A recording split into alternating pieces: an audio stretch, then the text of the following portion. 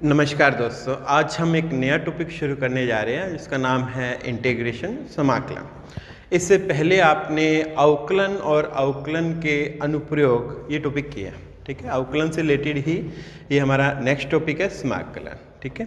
वास्तव में समाकलन की खोज है वो अवकलन से पहले हुई थी, लेकिन समाकलन करने की कुछ विधियाँ हैं वो अवकलन पर आधारित है। इस कारण से हम समाकलन है वो अवकलन के बाद में पढ़ते हैं, ठीक है। तो आइए इसके बारे में हम जानते हैं।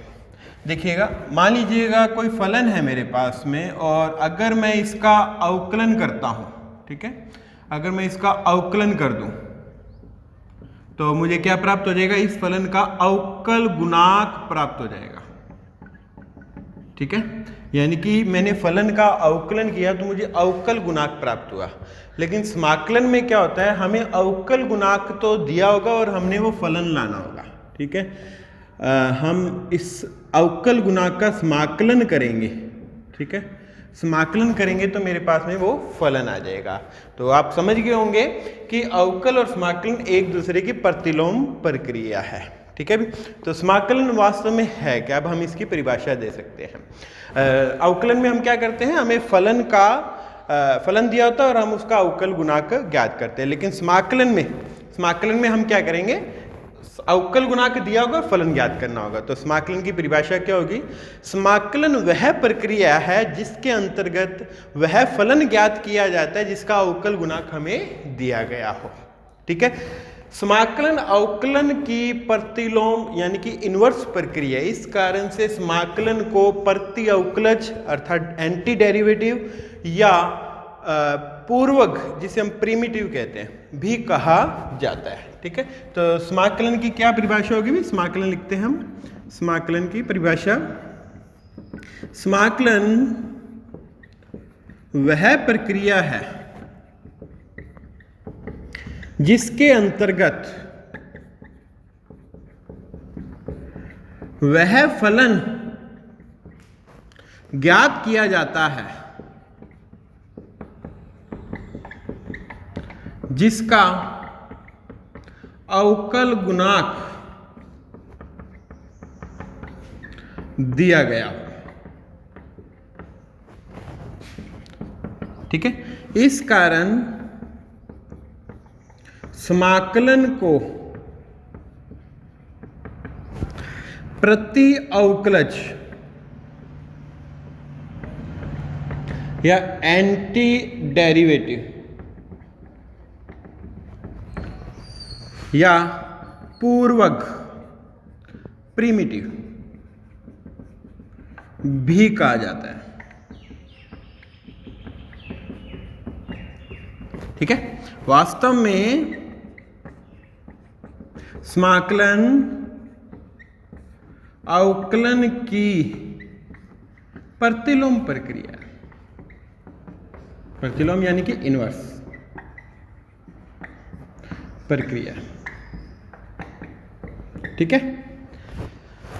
ये बात आपको समझ आ गई। समाकलन क्या है आखिर? समाकलन वह प्रक्रिया है जिसके अंतर्गत हम वह फलन ज्ञात करते हैं जिसका हमें अवकल गुणांक दिया गया हो, ठीक है। इस कारण से हम इसको क्या कहेंगे?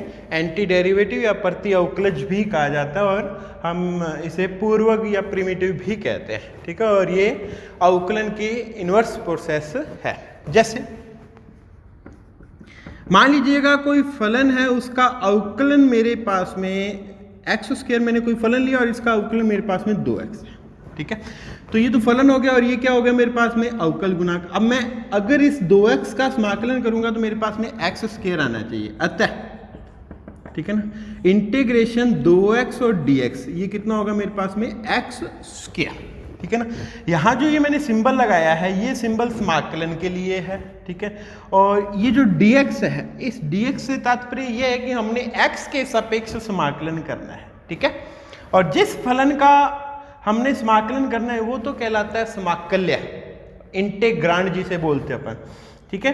और ये जो फलन हमें ज्ञात हुआ है, हमने 2x का समाकलन किया और समाकलन करके हमें क्या प्राप्त हो गया? x² प्राप्त हो गया। x² क्या चीज है? ये इसका समाकल कहलाता है, ठीक है। ये 2x तो क्या कहलाएगा, समाकल्य, और ये x स्क्वायर क्या कहलाएगा, समाकल। ओके, इंटेग्रल बोलते हैं इसे, ठीक है ना। अतः हम लिख सकते हैं, अतः यदि किसी फलन कैपिटल f(x) का अवकल गुणांक f(x) हो तो, ठीक है, यानी कि इस कैपिटल f(x) है, इस फलन का जो अवकलन है वो मेरे पास में क्या है, स्मॉल f(x) है। तो इंटीग्रेशन, अब हम इसका समाकलन करेंगे तो मेरे पास में ये टर्म आएगी, यानी कि f(x) का समाकलन किया तो मेरे पास में कितना हो गया, कैपिटल f(x), ठीक है। यहाँ यह जो सिंबल है ये किसके लिए है, ये समाकलन का सिंबल है, समाकलन करने की प्रक्रिया को दर्शाता है, ठीक है। समाकलन हेतु प्रतीक, ठीक है ना, और dx क्या चीज है, से तात्पर्य है x के सापेक्ष समाकलन,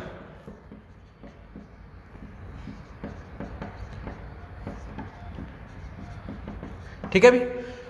तथा f(x) क्या है, समाकल्य, ठीक है। f(x) यह वह फलन है जिसका हमने समाकलन करना है, ठीक है ना। और कैपिटल f(x) ये हमें समाकलन प्राप्त हो गया, हम इसे बोलते हैं समाकल, ठीक है भाई, इंटेग्रल, ठीक है, और इसे इंटेग्रांड, ठीक है भाई। और हमें f(x) का समाकलन करने के बाद में जो चीज प्राप्त हो जाएगी वो हम इंटेग्रल कहते हैं, ठीक है। ये समाकलन की परिभाषा है, आप समझ गए होंगे समाकलन हम किस प्रकार से करेंगे, एंटी डेरिवेटिव प्रक्रिया है। चलिएगा अब हम समाकलन से संबंधित सूत्र का सत्यापन करते हैं, ठीक है। तो मैं इसे इरेज कर देता हूं।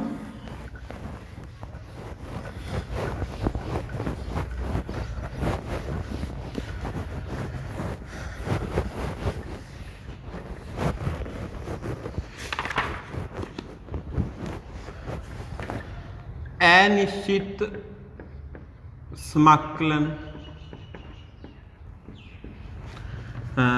तथा समाकलन अचरांक, ठीक। ध्यान दीजिएगा विद्यार्थियों, अगर मैं अवकलन करूं x² + 1 का, तो मेरे पास में इसका अवकलन u + v से हम करेंगे इसका, तो u का अवकलन अलग और v का अवकलन अलग हो जाएगा क्योंकि दोनों प्लस में है। तो ये टर्म मेरे पास में कितनी आ जाएगी, 2x, ठीक है। इसी प्रकार से अगर मैं अवकलन करूं d/dx ऑफ x² + 2 का, तो भी मेरे पास में इसका अवकलन कितना प्राप्त होगा, 2x प्राप्त होगा, ठीक है।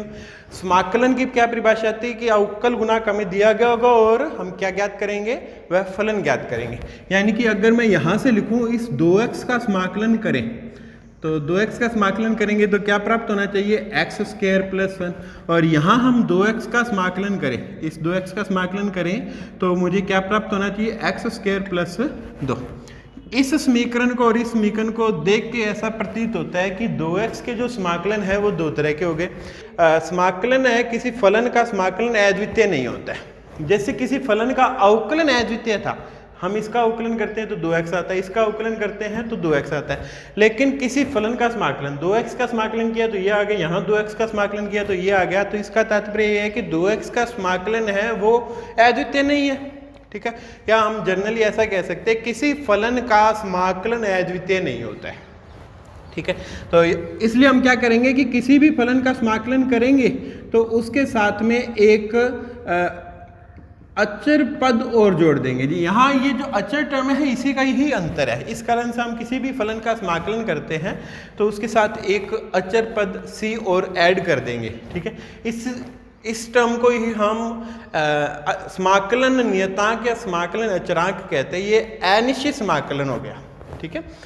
ओके, ये बात सुन आइए आपको, तो लिखते हैं, क्योंकि किसी फलन का समाकलन अद्वितीय नहीं होता है, और ये लाइन हमने कहाँ से समझी, यहाँ से। यहाँ 2x का समाकलन किया तो x स्क्वायर प्लस 1 आया, और यहाँ हमने 2x का समाकलन किया तो कितना आया, x स्क्वायर प्लस 2। यानी कि दोनों में डिफरेंस क्या था, एक अचर पद का अंतर था। इस कारण से एक फलन के बहुत सारे समाकलन हो सकते हैं। ठीक है, कि चूंकि किसी फलन का समाकलन अद्वितीय नहीं होता, अतः यदि स्मॉल एफ एक्स का समाकलन कैपिटल एफ एक्स लें तो हम इस प्रकार से लिखेंगे, integration of f x d x is equal to capital F x n plus c. यहां सी समाकलन नियतांक कहलाता है। ठीक है, समाकलन नियतांक कह सकते हैं, इसे समाकलन अचरांक भी कह सकते हैं। ठीक है, तो हम जब भी किसी फलन का समाकलन करेंगे, अनिश्चित समाकलन है ये, हम किसी भी फलन का समाकलन करेंगे तो हम उसके साथ में एक अचर पद और लगाएंगे। ठीक है, प्लस का सी साथ में जरूर रहेगा। मैं इसे अनिश्चित समाकलन बोल रहा हूँ, ऐसा क्यों, क्योंकि इससे जो नेक्स्ट चैप्टर है उसमें हम निश्चित समाकलन करेंगे, वहाँ इसकी लिमिट्स भी लगी होगी। ठीक है, वो निश्चित समाकलन कहलाता है। यहाँ लिमिट्स नहीं लगाई है मैंने इसकी, इस कारण से हम इसे अनिश्चित समाकलन बोलते हैं। ठीक है, तो अब हम समाकलन से संबंधित सूत्र लिख लेते हैं। अवकलन के बहुत सारे फॉर्मूले हैं हमारे पास में, और उनसे संबंधित समाकलन के फॉर्मूले लिख लेते हैं। ठीक है, तो अब हम शुरू करते हैं समाकलन के सूत्र। समाकलन के मानक सूत्र, समाकलन के मानक सूत्र। हम अवकलन की सहायता से समाकलन के सूत्र लिखते हैं। ठीक है, तो जैसे x की पावर n है, उसका अवकलन क्या होता है अभी, x की पावर n का अवकलन d पॉइंट में dx ऑफ x की पावर n, इसका अवकलन कितना होगा, n इंटू एक्स की पावर n माइनस 1। ठीक है भाई, अब ने यहाँ क्या किया कि n की जगह रिप्लेस कर दिया n प्लस 1। ओके, तो ये हो गया अभी d पॉइंट में dx ऑफ x की power n plus 1 is equal to n plus 1, और x की पावर n प्लस 1 रखेंगे और माइनस 1 है तो n हो जाएगी। ठीक है, यानी कि ये टर्म इधर ले आऊँ तो 1 पॉइंट में n प्लस 1 d पॉइंट में dx ऑफ x की power n plus 1 is equal to x की पावर n, और ये टर्म अंदर जा सकती है तो d पॉइंट में dx ऑफ, ये हो गया अभी x की पावर n प्लस 1 अपॉन में n plus 1 is equal to x की पावर n। ठीक है, यानी कि हम इस टर्म का अवकलन करते हैं तो ये आता है, अर्थात मेरे पास में समाकलन करेंगे x की पावर n का, तो ये मेरे पास में आ जाएगा x की पावर n प्लस 1 अपॉन में n प्लस 1, n प्लस का कोई कॉन्स्टेंट c, जहाँ n की वैल्यू माइनस 1 नहीं होनी चाहिए। ठीक है, जहाँ n is not equal to minus 1। ठीक है, तो हमारे पास में ये सूत्र था, इस सूत्र की हेल्प से हमने एक सूत्र है वो समाकलन के लिए भी ज्ञात कर लिया, और वो सूत्र क्या है मेरे पास में, पहला सूत्र, तो इंटीग्रेशन x की पावर n एंड dx, इसका समाकलन करेंगे तो कितना आ जाएगा, x की घात n प्लस 1 बटा में n प्लस 1, n प्लस का कोई कांस्टेंट c, जहां n की वैल्यू है वो माइनस 1 नहीं होनी चाहिए। ठीक है, ये बात सुनिए आपको। अब देखिएगा, अगर n की वैल्यू माइनस 1 हो गई तो वो सेकंड सिचुएशन होगी। n की वैल्यू अगर माइनस 1 रखे अपन, ठीक है, तो इंटीग्रेशन ये कितना बन जाएगा, 1/x बन जाएगा। x की घात माइनस 1 बना, उसे हम 1/x लिख सकते हैं, तो 1/x and dx। Okay, 1/x का समाकलन करते हैं तो ये कितना आएगा, ये आएगा मेरे पास में log x। ठीक है, n प्लस का कोई कांस्टेंट c, क्योंकि लॉग टर्म है वो हमेशा ही पॉजिटिव टर्म्स के लिए डिफाइन होती है, इसलिए हम यहाँ मॉडुलस लगा देते हैं। ठीक है, और ये e आधार पर होता है। ठीक है, प्लस का कोई कांस्टेंट c। इसी प्रकार से हमने ये जो सूत्र है ये अवकलन की हेल्प से लिखा है, क्योंकि हम जानते हैं कि d पॉइंट में dx of log x, log x का अवकलन करते हैं तो कितना आ जाता है अभी 1/x, तो 1/x का समाकलन करेंगे तो कितना आएगा, log x। ठीक है, तो ये सारे सूत्र है वो हम अवकलन की हेल्प से लिख रहे हैं। ठीक है, थर्ड सूत्र है मेरे पास में e की पावर x का समाकलन, और e की पावर x का समाकलन होता है e की पावर x एंड प्लस का कोई कांस्टेंट c। ठीक है, ये तीसरा सूत्र है मेरे पास में। नेक्स्ट इसके बाद चौथा सूत्र है a की पावर x का समाकलन। ए की पावर एक्स का समाकलन होगा ए की पावर एक्स अपॉन में log ई आधार पर ए एन प्लस का कोई कांस्टेंट सी। ठीक है भाई, अब हम आगे के सूत्र और लिखते हैं।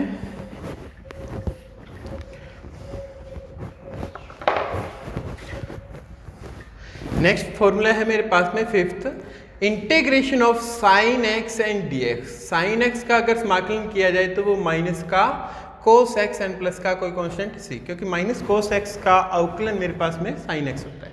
ठीक है, इसी प्रकार से integration of cos x and d x, cos x का समाकलन मेरे पास में होगा साइन एक्स एंड प्लस का कोई कांस्टेंट सी। नेक्स्ट इसके बाद में integration of tan x dx, integration of cot x and dx, and इसके बाद में integration of sec x and dx और integration of cosec x and dx। ठीक है, ये जो सूत्र है हमारे पास में, ये हमने अवकलन के हेल्प से नहीं निकाला, इनको हम अलग सत्यापित करेंगे, वो आगे सत्यापित कर देंगे, फॉर्मूले हम यहाँ लिख लेते हैं। ठीक है, ये फॉर्मूले हमें आगे, इन फॉर्मूलों को हम आगे सत्यापन कर लेंगे। ये अवकलन के हेल्प से लिखा है। ये कैसे लिखा हमने, क्योंकि डी अपॉन में D x of minus cos x, ठीक है, ये मेरे पास में कितना होता है, साइन एक्स होता है, इसलिए साइन एक्स का समाकलन करेंगे तो कितना आ जाएगा, माइनस का कोस एक्स। ये फॉर्मूले चारों जो हम यहाँ लिखने जा रहे हैं ये आगे हम प्रूव भी करेंगे। ठीक है, tan x का समाकलन होता है log sec x and plus का कोई कांस्टेंट सी। cot x का समाकलन होता है log sin x and plus का कोई कांस्टेंट सी। sec x का समाकलन होता है log sec x plus tan x and plus कोई कांस्टेंट सी। और cosec x का समाकलन होता है log cosec x minus cot x and plus का कोई कांस्टेंट सी।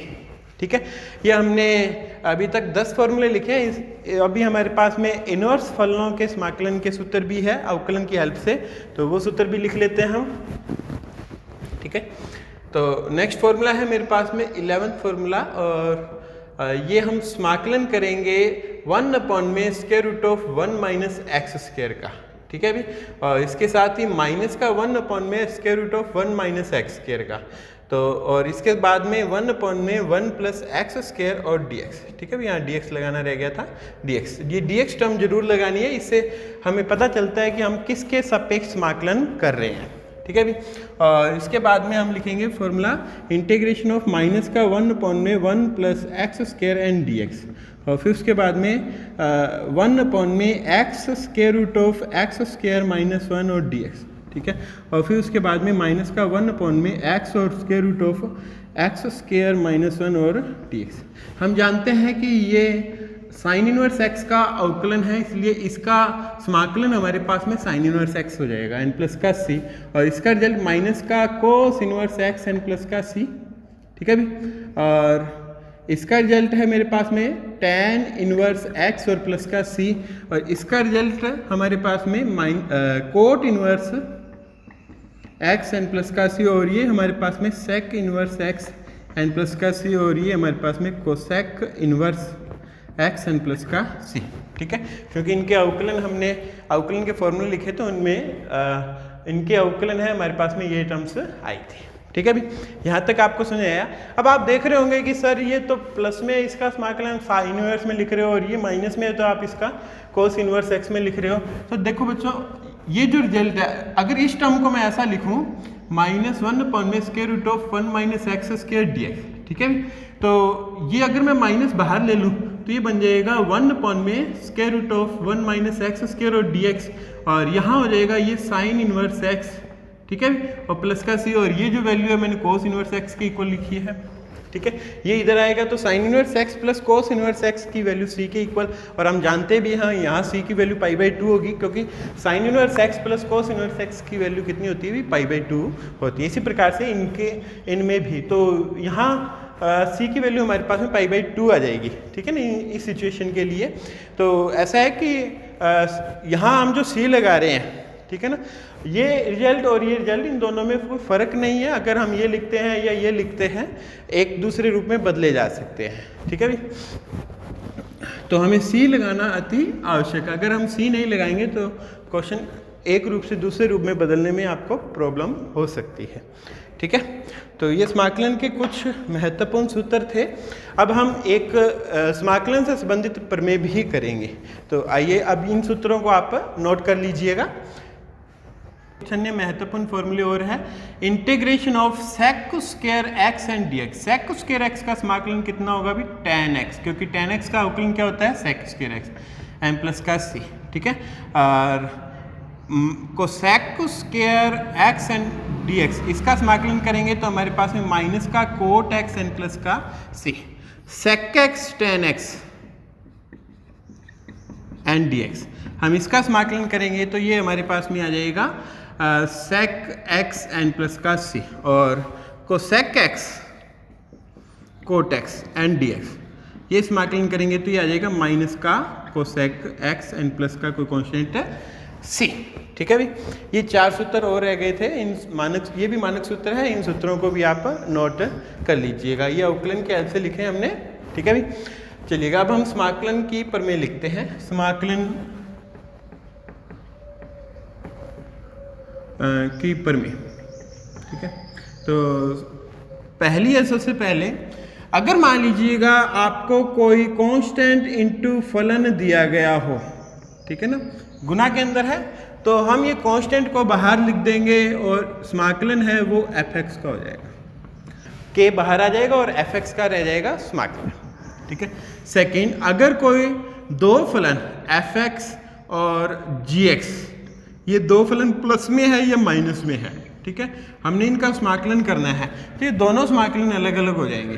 ठीक है, fx dx एंड प्लस और माइनस इंटीग्रेशन gx dx, ये दोनों समाकलन अलग अलग हो जाएंगे, या दो फलन प्लस में हो या माइनस में हो।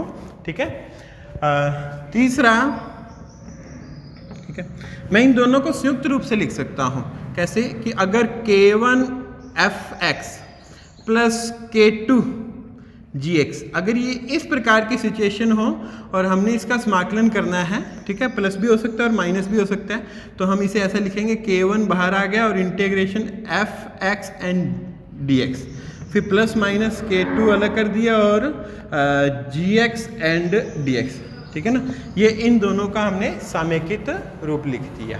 ठीक है भाई, नेक्स्ट इसके बाद में अगर हमने किसी अचर के कोई अचर लिया और हमने उसका समाकलन करना है, ठीक है, तो k तो कांस्टेंट बाहर आ जाएगा और dx का समाकलन हमारे पास में x हो जाएगा, यानी कि ये kx प्लस c बन जाएगा। ठीक है ना, हाँ, इस चीज़ को हम कैसे समझे, ये देखिएगा, यहाँ मैं x की पावर 0 मान सकता हूँ। ठीक है, x की पावर 0 मानेंगे तो k तो एज इट इज x की पावर n की तरह समाकलन करेंगे, तो x की पावर n का समाकलन होता है x की पावर n प्लस 1 अपॉन में n प्लस 1, तो यहाँ x की पावर 0 प्लस 1 अपॉन में 0 प्लस 1 n प्लस का कोई कॉन्स्टेंट c, तो ये बन जाएगा k x n प्लस का c। ठीक है, यानी कि अगर हम dx का समाकलन करेंगे तो वो हमारे पास में कितना आएगा, x आ जाएगा। ठीक है, नेक्स्ट हमारे पास में अति महत्वपूर्ण प्रमेय है। ठीक है, वो क्या है, यदि मान लीजिएगा, यदि मैं fx का समाकलन करता हूं और मेरे पास में कैपिटल fx आ जाता है, ठीक है ना, प्लस कोई कॉन्स्टेंट c, तो integration of f ax plus b and dx, x की जगह ax प्लस b टर्म आ गई, रैखिक टर्म आ गई, तो इसका समाकलन मेरे पास में होगा capital F ax plus b। ठीक है, फलन तो वही रहेगा उसी प्रकार की फॉर्म में, और 1 अपॉन में a टर्म और आ जाएगी। ये 1 अपॉन में a क्या है, ये जो रैखिक है इसमें x का गुणांक है। ठीक है भी, और प्लस का कोई कांस्टेंट है c। ये मोस्ट इंपॉर्टेंट थ्योरम है, इनसे रिलेटेड काफ़ी क्वेश्चन करेंगे। जैसे हमारे पास में इंटीग्रेशन e की पावर x और dx, e की पावर x का समाकलन कितना होता है, e की पावर x ही होता है, प्लस का कोई कांस्टेंट c, तो e की पावर 3x प्लस 2 का समाकलन क्या होगा। ठीक है, तो यहाँ देखिएगा, e की पावर x का समाकलन e की पावर x था, तो e की पावर 3x प्लस 2 का समाकलन e की पावर 3x प्लस 2, ये तो होगा ही होगा, और अपॉन में एक टर्म और आ जाएगी, वो क्या, इस टर्म के अंदर जो x का कोफिशिएंट है वो, और x का कोफिशिएंट यहाँ कितना है, 3 है, तो 1/3 इसमें साथ में लग गया, और प्लस का कोई कांस्टेंट c आंसर। ठीक है भाई, तो ये बात समझिए। इस से संबंधित हम कुछ क्वेश्चन भी करेंगे। अब समाकलन करने की विधियों पर चलते हैं। समाकलन करने की हमारे पास में अनेक विधियाँ, उनमें से मुख्यतः मैंने यहाँ 4 विधि लिखी है। मानक सूत्रों की सहायता से हमारी पहली विधि है। मानक सूत्रों से नाम से स्पष्ट है। अभी हमने काफ़ी सारे मानक सूत्र लिखे थे, 4 और 6 10 और 6 16 और उसके बाद में 4 और लिखे थे। लगभग 20 सूत्र हमने मानक सूत्र लिखे थे। हम कुछ उसमें और भी ऐड करेंगे, वो बाद में करेंगे। तो अभी हमारे पास में जितने भी सूत्र हैं मानक सूत्र, उनकी हेल्प से हमने समाकलन करना होगा। उसके बाद में हमने प्रमेय पढ़ी थी, 5 प्रमेय पढ़ी है कि अगर 2 फलन प्लस में हो या अंतर में हो तो उनका समाकलन है अलग अलग हो जाएगा। और अगर मान लीजिएगा कोई अचर गुना में आता है तो हम उस अचर को अलग करके फलन का समाकलन कर सकते हैं। इसी प्रकार से एक हमने महत्वपूर्ण प्रमेय पढ़ी थी कि उसमें क्या था कि अगर मान लीजिएगा हमारे पास कोई फलन है f(x) और उसका समाकलन कैपिटल F(x) आता है, तो f of ax plus b का जो समाकलन है, ठीक है, हम इसे संयुक्त फलन भी कह सकते हैं, रैखिक है वो अंदर वाला जो फलन है ax प्लस b। अगर हमें उसका समाकलन करना होगा तो capital F ax plus b upon में a टर्म आ जाएगी, ठीक है, और प्लस का कोई कॉन्स्टेंट c हम साथ में लगाएंगे। इसकी हेल्प से इन सूत्रों की हेल्प से हम 9.1 के क्वेश्चन शुरू करेंगे। तो आइए 9.1 के क्वेश्चन शुरू करते हैं, जिसमें पहला क्वेश्चन हमें कहता है 9.1 का,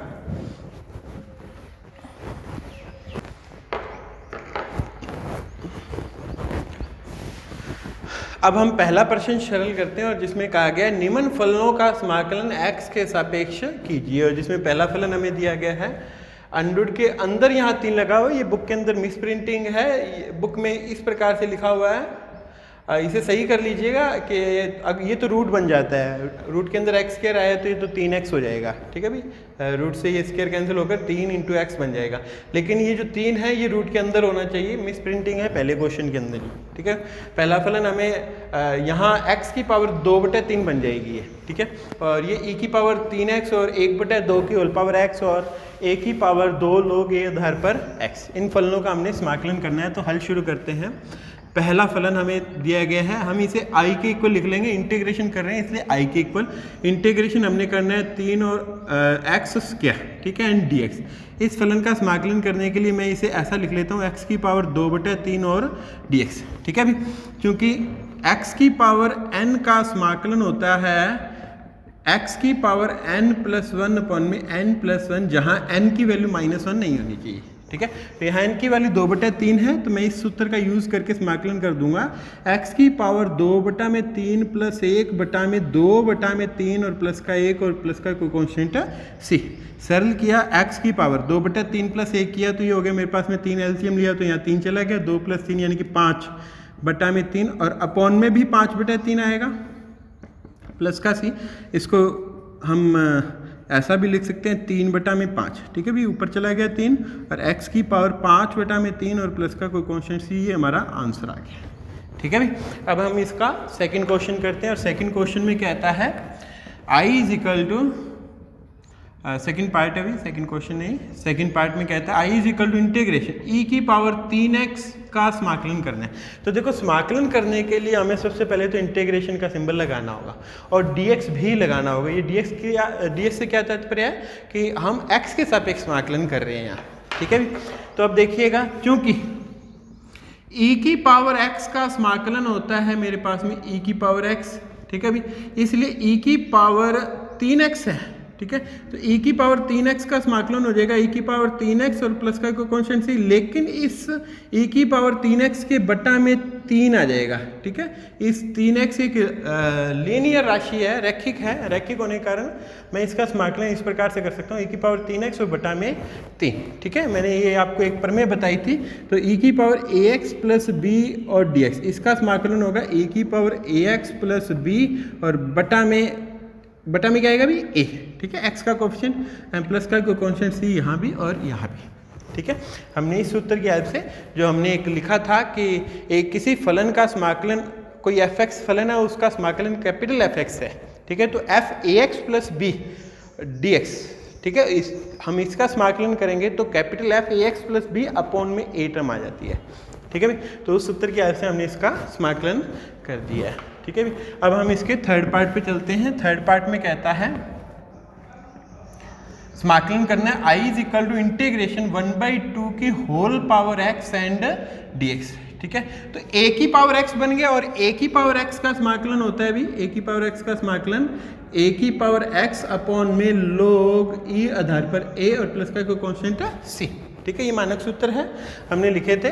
तो अब हम इसका समाकलन लिख देंगे 1/2 की होल पावर x अपॉन में log e आधार पर 1/2 और प्लस का कोई कांस्टेंट c। ये आंसर आ गया, ठीक है। अभी नेक्स्ट फोर्थ पार्ट है हमारा I is equal to integration a की पावर 2 log a आधार पर x एंड dx, ठीक है भाई। समाकलन का सिंबल और ये dx ये लगाना अति आवश्यक है। तो यहाँ देखिएगा, पहले तो ये 2 है, log फंक्शन के कारण ये 2 ऊपर चला जाएगा, तो ये बन जाएगा a की पावर log a आधार पर x स्क्वायर और dx, ठीक है। a की पावर log a आधार पर ये कैंसिल हो जाएगा और ये बन जाएगा x स्क्वायर और dx, और x स्क्वायर का हम समाकलन करेंगे तो ये आ जाएगा x की पावर 2 + 1/2 + 1 और प्लस का कोई कांस्टेंट c, ठीक है। आगे इसे सरल किया तो हमारे पास में आ गया x³ 3 और प्लस का c, ये हमारा आंसर आ चुका है। ये हमारा पहला क्वेश्चन पूरा हुआ है, जिसमें हमें 4 फलन दिए हुए थे, हमने इनका समाकलन है वो मानक सूत्रों की सहायता से कर लिया है। अब हम इसके दूसरे क्वेश्चन पे चलेंगे और दूसरा क्वेश्चन हमें दिया गया है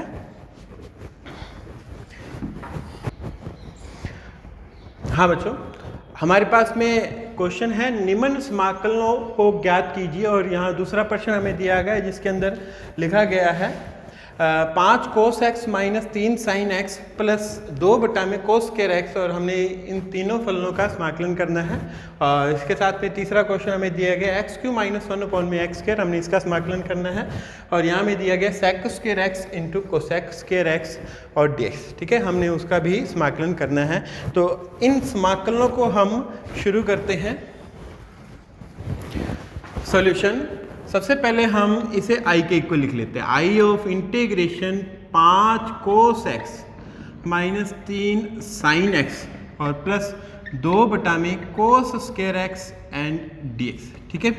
तो यहाँ तीनों फलन प्लस और माइनस के अंदर है, तो मैं इसे ऐसा लिख सकता हूँ 5 इंटीग्रेशन cos x और dx - 3 इंटीग्रेशन sin x और dx, ठीक है। अलग अलग कर दिया हमने, प्लस 2 इंटीग्रेशन और ये cos स्क्वायर x आएगा, तो हम इसे sec स्क्वायर x और dx ऐसा लिख सकते हैं, ठीक है। तो अब देखिएगा 5 cos x का समाकलन कितना होता है अभी, sin x, okay, -3 sin x का समाकलन होता है माइनस का cos x एंड प्लस 2, और sec स्क्वायर x का समाकलन होता है अभी कितना, tan x और प्लस का कोई कांस्टेंट c। यहाँ ये नहीं कि हम 3 बार समाकलन नियतांक c 3 बार लगाएंगे, नहीं, इन सारे समाकलन का हम एक ही नियतांक लगाएंगे c, ठीक है भी कॉमन। 3 बार नहीं लगाएंगे, c1 c2 c3 ये 3 बार प्लस में लिखे। हम इसका समाकलन किया तो एक बार c1 आया, इसका किया c2 आया और इसका किया c3 आया। 3 समाकलन नियतांक नहीं लिखेंगे, हम एक ही लिखेंगे, ठीक है।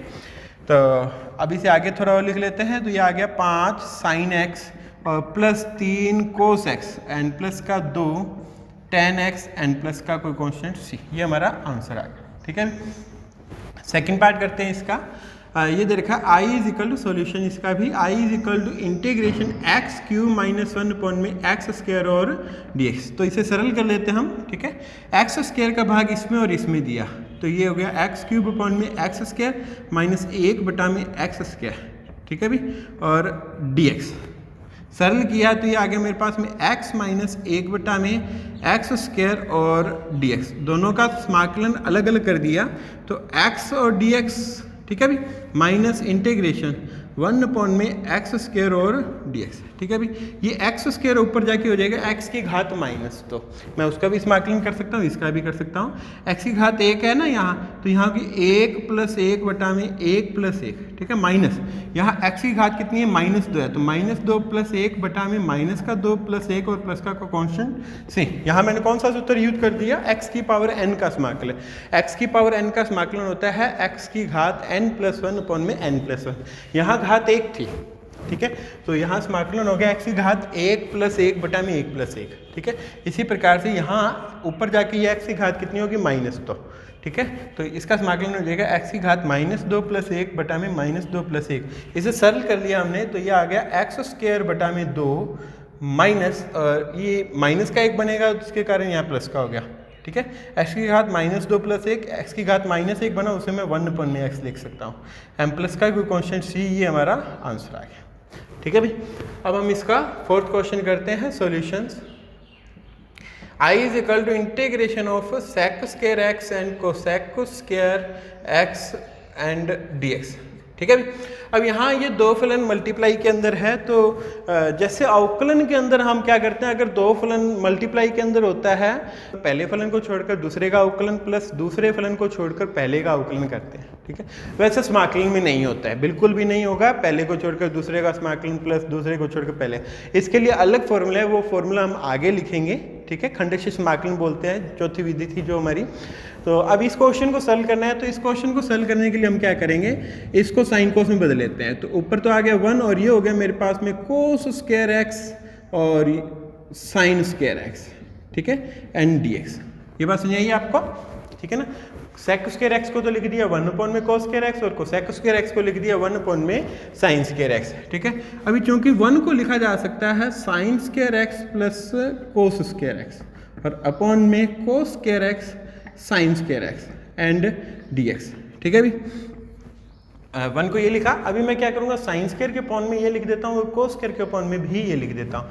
तो जब मैं sin² के अपॉन में ये लिखूंगा तो ये आ जाएगा 1 में cos² x और प्लस जब मैं cos² x के अपॉन में ये टर्म लिखूंगा तो ये बन जाएगा 1 में sin² x, ठीक है, और dx।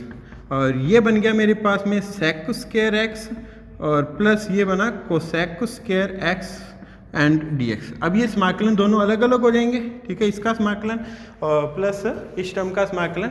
तो sec² x का समाकलन होता है tan x, मानक सूत्र है मेरे पास में, और cosec² x का समाकलन होता है माइनस का cot x एंड प्लस का कोई कॉन्स्टेंट है c। ये हमारा अभीष्ट रिजल्ट आ गया, ठीक है। ये हमने इसके 4 क्वेश्चन है वो पूरे कर लिए। तो दोबारा से समझ लीजिएगा, सेकंड क्वेश्चन में हमने क्या किया था कि ये जो 3 टर्म्स थी, तीनों के लिए हमने समाकलन का वो जो प्रमेय पढ़ी थी, हमने उस प्रमेय को लगाकर तीनों समाकलन अलग अलग कर लिए हैं, ठीक है। और फिर इनको मानक सूत्रों की हेल्प से इनका समाकलन कर दिए। इसी प्रकार से इसके अंदर भी हमने दोनों को अलग अलग करके x³ -1 था अपॉन में x² था, तो x² को दोनों को अपॉन में लिखा पहले तो, और फिर अलग अलग करके x की पावर n का जो मानक समाकलन का सूत्र है उस सूत्र का यूज़ करके हमने इनके समाकलन कर लिए। इसी प्रकार चौथे क्वेश्चन में हमने किया कि दोनों मल्टीप्लाई में थे, ठीक है। मल्टीप्लाई का भी हमारे पास में फॉर्मूला नहीं है, तो हम क्या करेंगे, इसको ट्रिग्नोमेट्री की हेल्प से इसे थोड़ा सॉल्व किया हमने, इसे रेसिप्रोकल में ले गए और फिर उसके बाद में 1 की जगह हमने sin² x plus cos² x लिखा, ठीक है। फिर दोनों अलग अलग करके फिर मानक सूत्र बन जाते हैं, एक तो sec² x बन जाएगा और एक cosec² x बन जाएगा, और फिर दोनों का समाकलन अलग अलग हो जाएगा।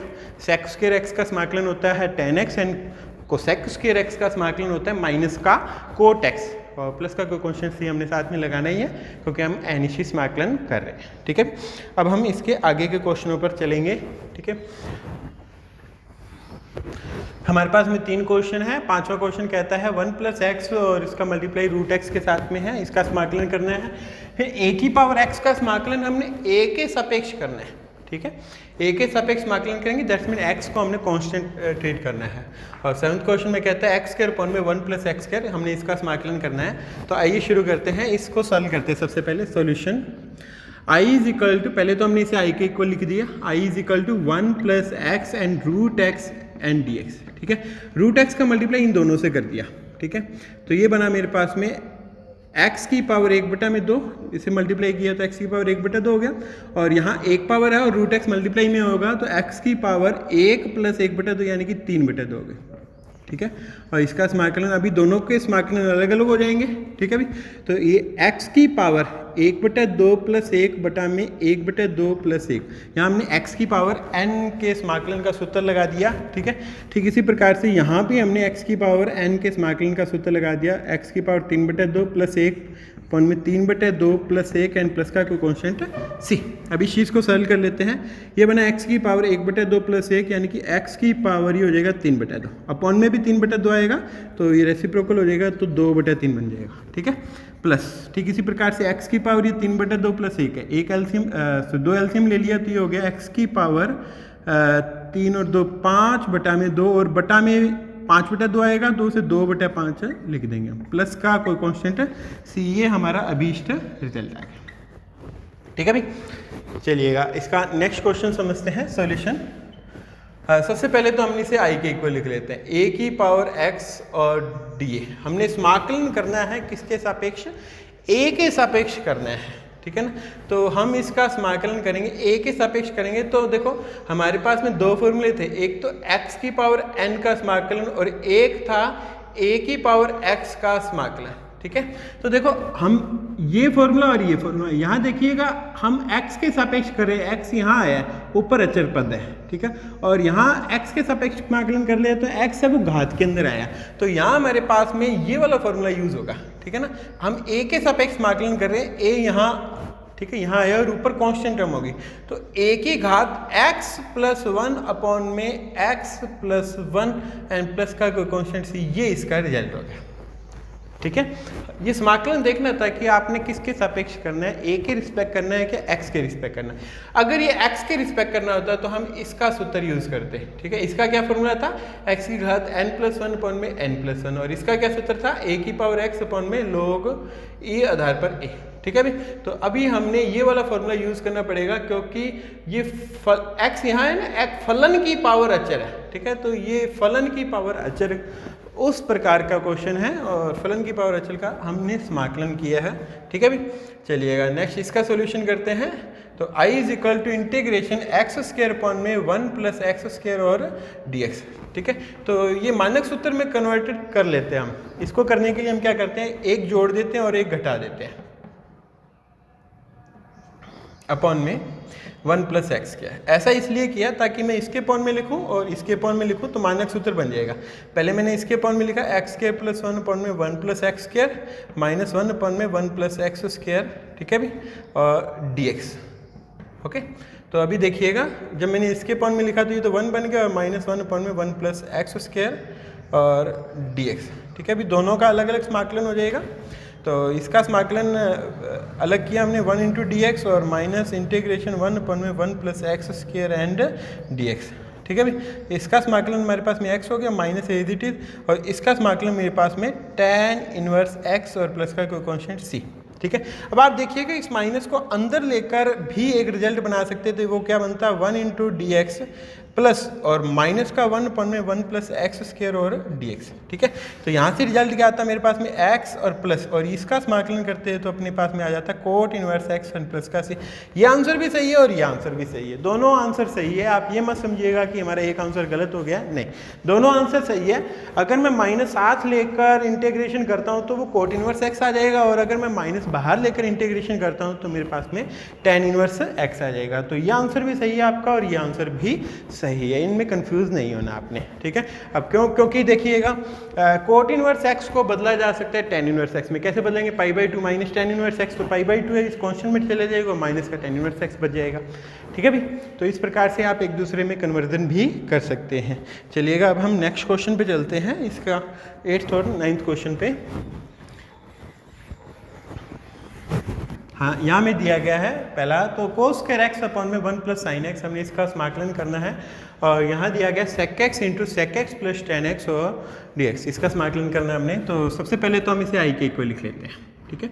कोस स्क्वायर एक्स अपॉन में 1 plus sine x and d x, ठीक है भाई। अब देखिएगा कोस स्क्वायर एक्स को हम लिख सकते हैं 1 minus sign square x upon में 1 प्लस साइन एक्स और डी एक्स, ठीक है।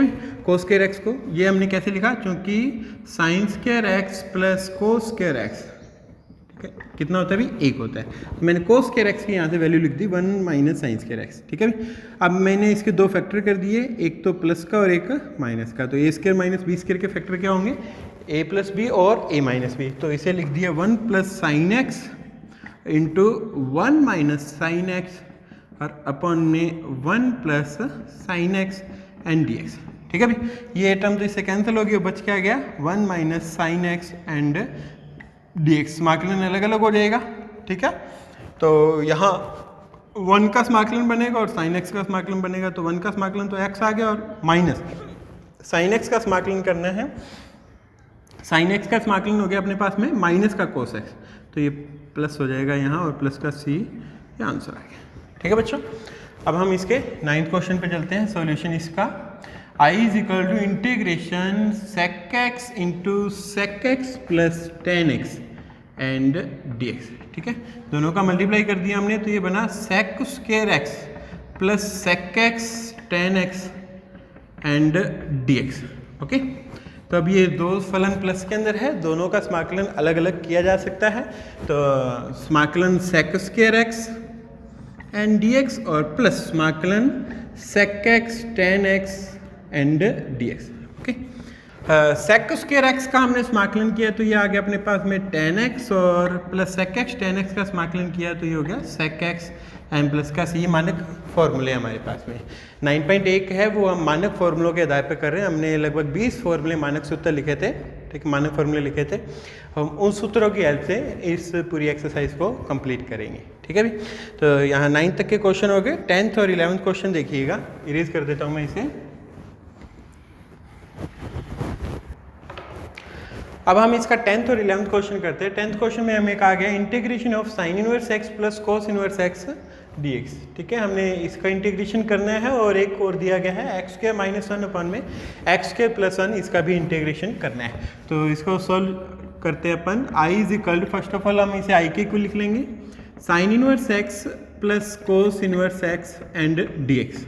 ओके, तो ध्यान दीजिएगा, क्योंकि sine inverse x plus cos inverse x की वैल्यू होती है π/2 एंड dx। ओके, तो π/2 तो बाहर आ जाएगा और इंटीग्रेशन बनेगा और dx, और dx का समाकलन कितना हो जाएगा x और प्लस का कोई कांस्टेंट c। ठीक है, सिंपल सा क्वेश्चन था। Sine inverse x plus cos inverse x की वैल्यू π/2 हमने सेकंड चैप्टर में पढ़ी थी। tan inverse x plus cot inverse x की वैल्यू भी π/2 होती है और sec inverse x plus cosec inverse x की वैल्यू भी π/2 होती है। ये हमने सेकंड चैप्टर के अंदर पढ़ा था।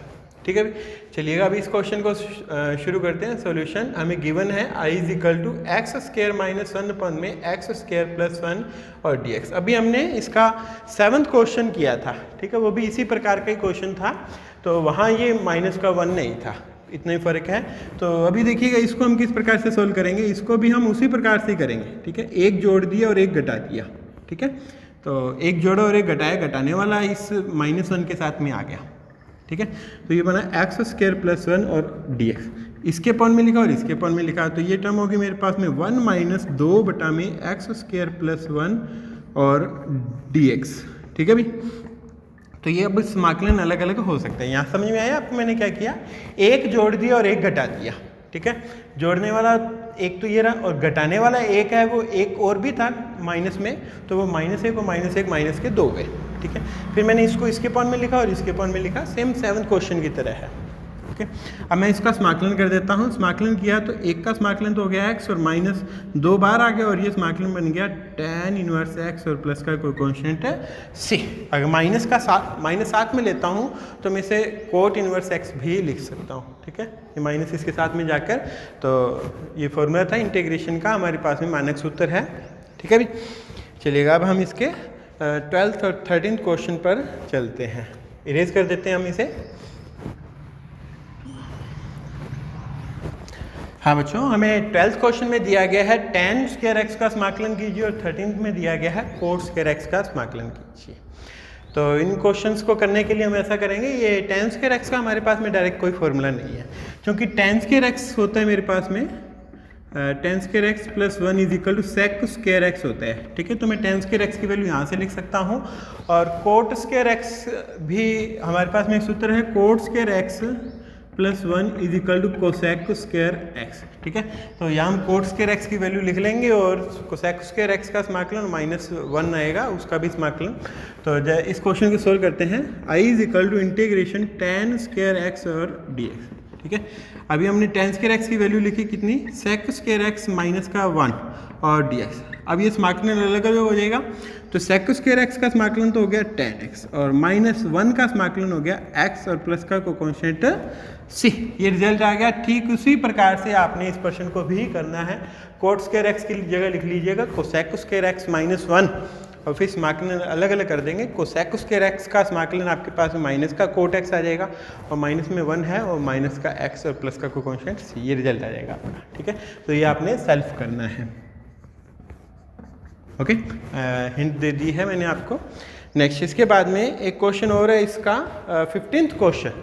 ठीक है, 15th क्वेश्चन में भी कुछ इसी प्रकार का दिया हुआ है। Integration of tan square x minus cot square x and dx ये दिया गया है। तो आप इस क्वेश्चन के अंदर भी दो तरह के फॉर्मूले यूज़ कर लेंगे। एक तो tan स्क्वायर एक्स की वैल्यू यहाँ से लिख लेंगे इस फॉर्मूले से और कोट स्क्वायर एक्स की वैल्यू यहाँ से लिख लेंगे और आप इसका भी इंटीग्रेशन कर सकते हैं। ठीक है, 15th क्वेश्चन भी आपने सेल्फ करना है। अब मैं आपको इसका 14th क्वेश्चन बताता हूँ बच्चों। ठीक है,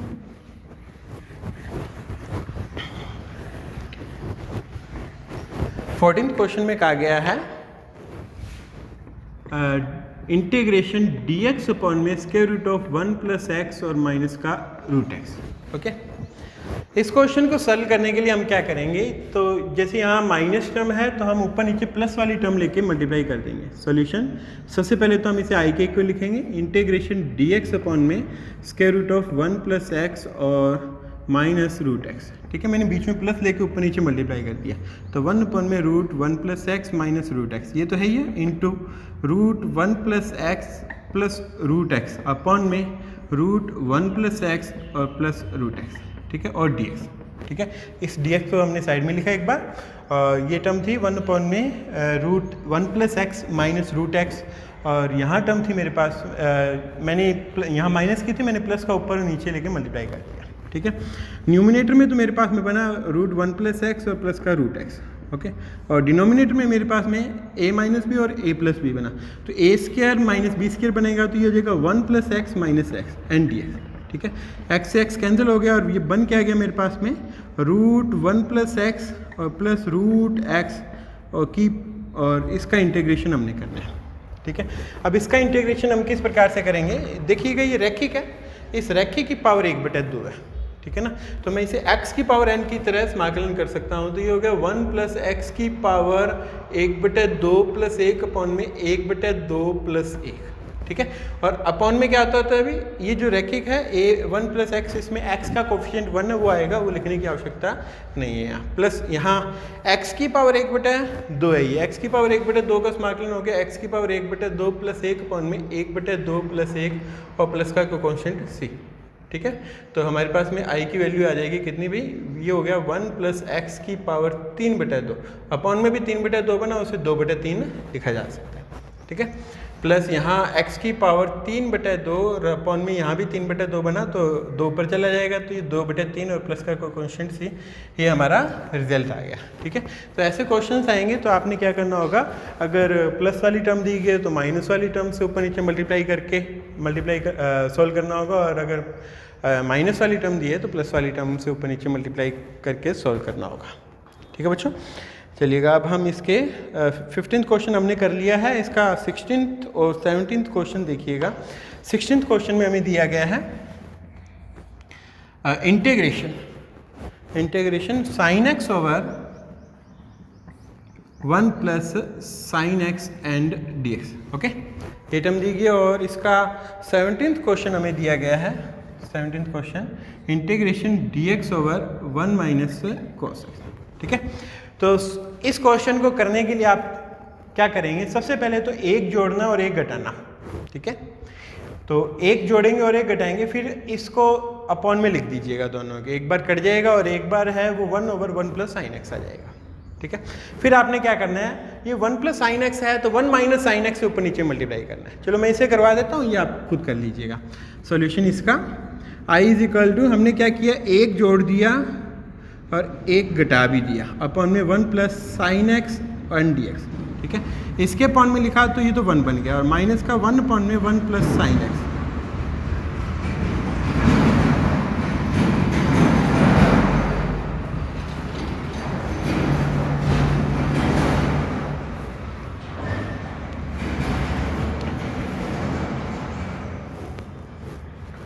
इसके अपॉन में लिखा है तो ये 1 बन गया और इसके अपॉन में लिखा है तो ये 1/1 प्लस साइन एक्स आ गया। ठीक है, अभी हमने क्या किया कि इंटीग्रेशन अलग अलग कर दिया, 1 into D x and minus 1 upon में 1 plus sine x and d x. ठीक है बच्चों, अभी आपने क्या करना है कि ये 1 प्लस साइन एक्स ऊपर नीचे 1 माइनस साइन एक्स का मल्टीप्लाई कीजिएगा। ठीक है, तो नीचे बन जाएगा कोस स्क्वायर एक्स और ऊपर बनेगा 1 माइनस साइन एक्स। अलग अलग कर देंगे। ठीक है, तो अलग अलग करोगे तो इसका समाकलन हो सकता है। मैं करता हूँ 1 इंटू डी एक्स माइनस इसमें लिखा 1 माइनस साइन एक्स अपॉन में कोस स्क्वायर एक्स और डी एक्स। ये कहाँ से आया? हमने 1 माइनस साइन एक्स का ऊपर नीचे मल्टीप्लाई कर लिया था। ठीक है, इसके अपॉन में लिखोगे तो सेक स्क्वायर एक्स बन जाएगा और इसके अपॉन में लिखोगे तो सेक एक्स टेन एक्स बन जाएगा। दोनों के हमारे पास मानक सूत्र हैं, उनकी हेल्प से आप इनका रिजल्ट लिख सकते हैं। ठीक है, इसी प्रकार इस क्वेश्चन में भी करेंगे। इसमें हम क्या करेंगे, 1 प्लस कोस एक्स का ऊपर नीचे मल्टीप्लाई करके इसे सॉल्व कर सकते हैं। ठीक है विद्यार्थियों, तो इसके कुछ क्वेश्चन और भी हैं। 18th, 19th, 20, 21, 22, 24 तक के क्वेश्चन हैं। ठीक है, आप प्रयास कीजिएगा, हम मानक सूत्रों की हेल्प से इनको सरल करना है। अगर आप इसको करने की कोशिश करेंगे तो निश्चित तौर से आपसे ये क्वेश्चन सरल हो जाएंगे। ठीक है विद्यार्थियों, चलो मैं आपको थोड़ा हिंट भी दे देता हूँ। इसका जो 18th क्वेश्चन है, ठीक है, 18th क्वेश्चन में 1 प्लस 1 अपॉन में 1 plus x square plus 3 upon में x root x square minus 1 और प्लस 2 की पावर एक्स दे रखा है। ये सारे ही मानक सूत्र हैं। इन मानक सूत्रों की हेल्प से आप इस क्वेश्चन को कर सकते हो।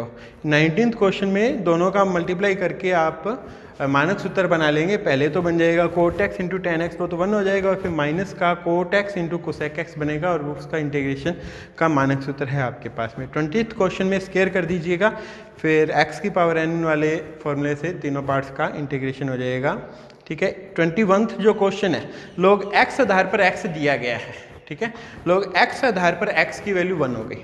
ओके, तो 1 इंटू डी एक्स बनेगा, आप उसका भी समाकलन कर सकते हैं। 22 वाला क्वेश्चन है square root of 1 plus cos 2x।